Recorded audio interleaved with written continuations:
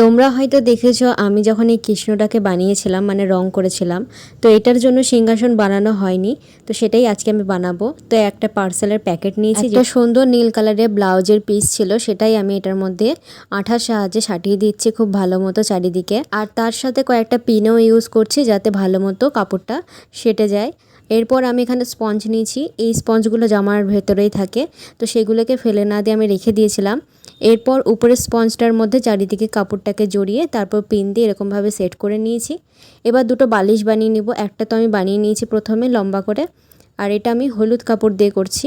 আর second এই বালিশটা বানালাম। এরপর এই পিঙ্ক কালারের জড়িটা, যেটা আর কি দেখতে সুন্দর লাগছিল আর এই কালারের সাথেও বেশ যাচ্ছিল, তো সেটা দিয়ে বালিশে আর এই সিংহাসনের চারিদিকে কভার দিয়ে নিলাম। আর 4টে স্কাই কালারের রোজ চারদিকে লাগিয়ে দিলাম। ব্যাস রেডি হয়ে গেল আমাদের কৃষ্ণের জন্য সিংহাসন রেডি। কেমন লাগছে কমেন্ট করে অবশ্যই বলো, আর নতুন এসে থাকলে সাবস্ক্রাইব করো।